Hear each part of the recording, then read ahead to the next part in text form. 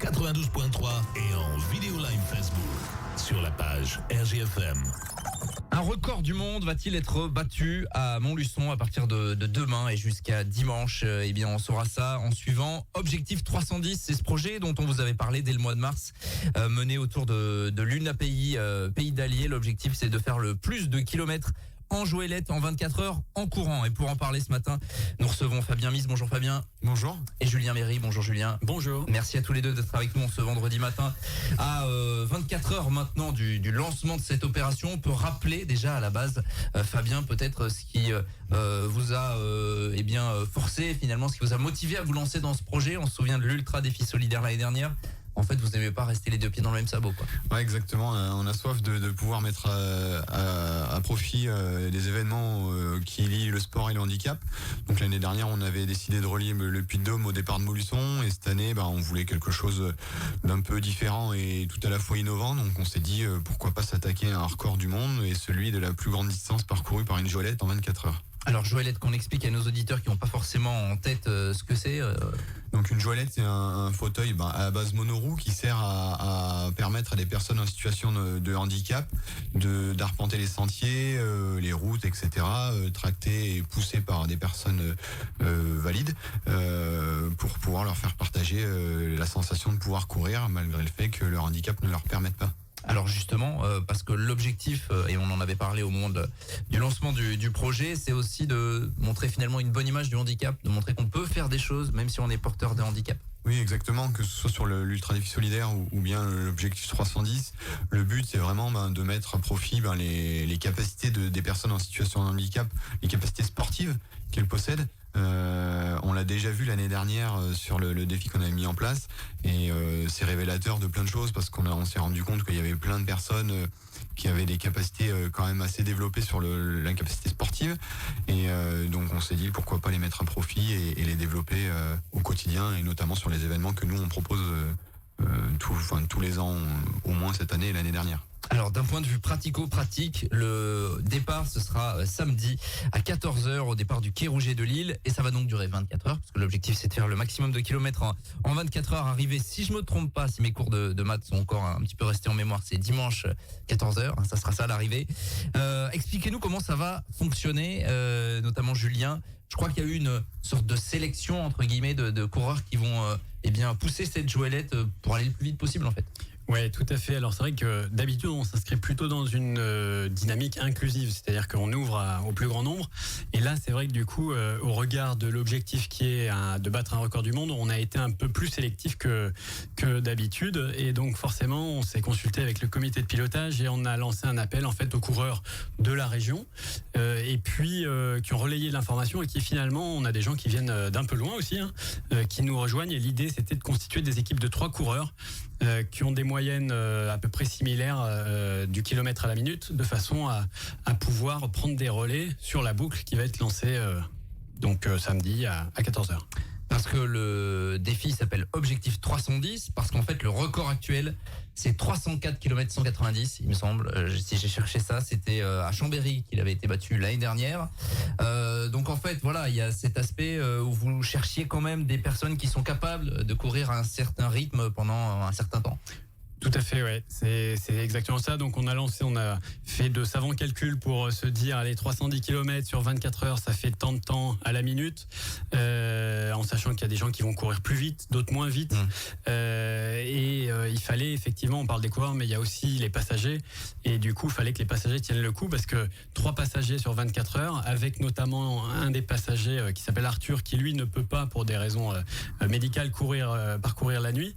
Donc forcément, ça fait des grandes plages horaires à tenir, et donc du coup c'est vraiment un défi sportif et pour les coureurs mais aussi pour les passagers. Alors justement les passagers, vous les avez sélectionnés comment? Et vous avez eu des CV entre guillemets? Non, j'imagine évidemment que au sein de l'équipe de l'UNAPI vous avez trouvé des personnes qui étaient aptes, parce qu'il faut aussi pouvoir tenir parfois j'imagine plusieurs heures d'affilée dans la joëlette. Oui, justement on a 3 personnes. On a la première qui s'appelle Jordan, qui est un jeune qui a participé justement à l'Ultra Défi Solidaire l'année dernière et qui a montré des capacités sportives, notamment à vélo pour sa part, assez importantes. Donc on avait décidé de le solliciter pour notre événement.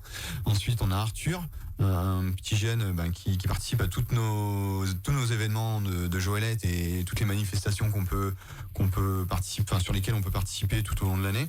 Et ensuite on a Stéphane qui aussi participe aux entraînements réguliers de l'équipe Joëlette et qui naturellement prendra aussi part à l'aventure de son côté. Alors ça c'est pour ceux qui seront dans la Joëlette et donc pour ceux qui vont pousser, donc c'est les équipes de 3 à chaque fois en fait. Oui, tout à fait. Des équipes de 3 qui vont se relayer donc sur une boucle de 3 km. Fabien, précise-moi le nombre 3 de mètres. km 0,48. 3048 mètres exactement. 3048 mètres entre le quai Rouget de Lille, donc on fait le tour jusqu'au pont Saint-Jacques. Non, alors, c'est pas ça. on part du quai Rouget de Lille. Le parcours a été remanié pour garantir la sécurité de tout le monde. Donc on part du quai Rouget de Lille, direction la Pergola. Ensuite on reprend tout le long du Cher, direction pont Saint-Pierre. On passe sous le pont Saint-Jacques, on fait le tour sur le marché des producteurs à Athanor et on retourne direction le point de départ avec une petite boucle derrière nos minutes pour se remettre dans le bon sens sur la rampe de lancement comme on dit. Donc ça fait 3048 mètres. Exactement. C'est ça. Les équipes de 3 vont courir combien de temps d'affilée en fait? Ça sera chacun gère un petit peu. On peut faire une heure, une demi-heure. On a mis en place une planification parce qu'il faut quand même que ce soit structuré, notamment sur l'organisation. Donc chaque équipe va faire une boucle. Donc on part sur une estimation de 13 minutes. Plus ou moins 13 minutes. Chaque équipe va faire de 3 à 7 rotations en fonction de la capacité sportive de chacun et de la vitesse et de l'endurance de toutes les équipes. On a, comme disait Julien, on a mis en place des équipes homogènes de façon à ce que tout le monde s'y retrouve et qu'on puisse optimiser les efforts fournis par les coureurs en fonction de leur disponibilité aussi, parce que ça va courir la nuit, comme tu le disais tout à l'heure, Damien. 24 heures non-stop, bien évidemment. C'est quand même une vitesse, si je fais le calcul rapide par rapport à ce que vous avez dit, 3000 mètres en combien de temps à peu près vous visez? Donc 13-14 minutes, 14 minutes? Ouais, on part sur 13 minutes, ça va faire courir en 4 minutes... 4 minutes 20 à peu près au kilomètre quoi. Donc ça fait du 14 km/h à peu près, c'est à peu près ça. Donc voilà, ça va quand même envoyer, hein, c'est pas en trottine. Ouais, on a des équipes qui seront même au-delà de nos espérances, hein. C'est sûr qu'ils mettront moins de 13 minutes. Voilà, après on a challengé un petit peu aussi en interne en mettant en place un petit challenge pour le meilleur l'équipe qui aura fait le meilleur tour, etc. On a quelques pour pimenter un petit peu l'événement aussi. Il y a un événement à l'intérieur de l'événement, donc. Avec des coureurs de qualité que vous connaissez un petit peu, parce que vous courez au sein de l'équipe de l'UNAPI notamment, et vous deux, il y a du très très bon niveau, des garçons qu'on connaît, j'imagine, peut-être pour certains. Ouais, il y a des gars, par exemple de Carmont, Johan Medec, Battaglia, etc. Et au point de vue Mohussonais pur et dur, on a des gens comme Karim Zaher, Julien Pruvot, Jean-Luc Dovrout, des gens qui tournent en 33 minutes aux 10 km. Ouais, c'est des garçons qui vont vite, hein. Voilà, en tout cas, c'est quelque chose que vous avez voulu également grand public, parce qu'il y aura évidemment ceux qui seront entre guillemets en compétition pour essayer de battre ce record, et puis il me semble qu'il y aura possibilité pour tout un chacun de venir apporter au moins un soutien moral et puis de trottiner peut-être sur ce parcours-là. Alors un soutien moral effectivement, et puis logistique, parce que au-delà des participants purs et durs, il y a toute l'équipe de bénévoles qu'on remercie, ainsi que tous nos partenaires, nos sponsors, parce que sans eux on n'aurait pas pu monter cet événement. Donc une cinquantaine de bénévoles, des gens qui viennent de tous les horizons, des gens qu'on ne connaissait pas et puis qui ont vu notre appel. Et donc effectivement on va créer un village d'animation qui sera situé à côté de Renault Minute, où là seront installés château gonflable, machine à papa, test de Joëlette, buvette, etc. Donc n'hésitez pas à venir nous retrouver. J'ai perdu le début de la question. Oui, et non, de savoir simplement si c'était l'objectif d'impliquer le grand public. Est-ce que les runners qui n'ont pas les capacités de faire du 14 ou 15 km/h peuvent venir quand même en basket et faire un petit tour de circuit, même si c'est pas forcément avec la Joëlette? Complètement, c'est l'idée, et on s'est dit que du coup ce qui serait vraiment sympathique et ce qui correspond à l'esprit en fait qu'on s'est fixé en termes d'inclusion, c'est que sur la dernière heure, donc le dimanche de 13h à 14h, on a lancé un appel, donc on le relaie encore sur RJFM aujourd'hui. N'hésitez pas à venir en famille, entre amis, entre collègues pour nous accompagner, puisque sur la dernière heure, tout le monde pourra prendre part en courant, en vélo, en marchant sur la boucle afin d'offrir du spectacle sur cette dernière heure. Que ce soit une grande fête, évidemment, c'est l'objectif également. On a bien compris qu'il y avait aussi une volonté d'informer autour du handicap. Est-ce que ce record-là sera possiblement homologué si jamais il est battu, ou comment ça se passe, ou est-ce que c'est vraiment le défi juste pour le plaisir du défi, quoi? Non, c'est sûr que l'homologation a un coût non négligeable. Donc, mais on pense qu'on va le faire homologuer si on y arrive, parce qu'on aura un petit goût de pas fini entre guillemets notre événement, aura un petit goût, on restera sur notre fin si on le fait pas homologuer. Donc tout laisse penser qu'on va tout mettre en œuvre pour pouvoir le faire homologuer. De notre côté, de toute façon, ce sera le cas parce qu'on aura un kilomètre-heure officiel qui viendra faire arbitre de la décision finale et du kilométrage final parcouru par l'équipe en entier.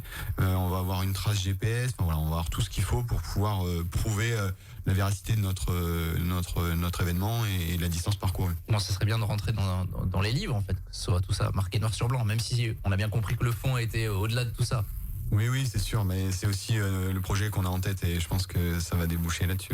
Et quand on connaît un peu les compétiteurs qu'il y a, à mon avis, ça va être pas mal. En tout cas, si vous voulez suivre ce défi Objectif 310, tentative de record du monde de la distance parcourue en 24 heures en Joëlette, rendez-vous à partir de 14h samedi, quai Rouget de Lille, jusqu'au dimanche 14h, ça fait 24 heures. Évidemment, l'objectif c'est d'atteindre ces 310 km, pourquoi pas. Et n'hésitez pas à aller les encourager, pourquoi pas à prendre vos baskets, notamment pour le dimanche, début d'après-midi, pour finir tout ça. Merci à tous les deux. Merci. On vous souhaite plein de bonnes choses pour demain à partir de 14h. Et on suivra bien évidemment tout cela tout au long du week-end via nos réseaux sociaux notamment. On va revenir dans un instant, nous, c'est l'info locale et régionale. À tout de suite. 7h45, l'info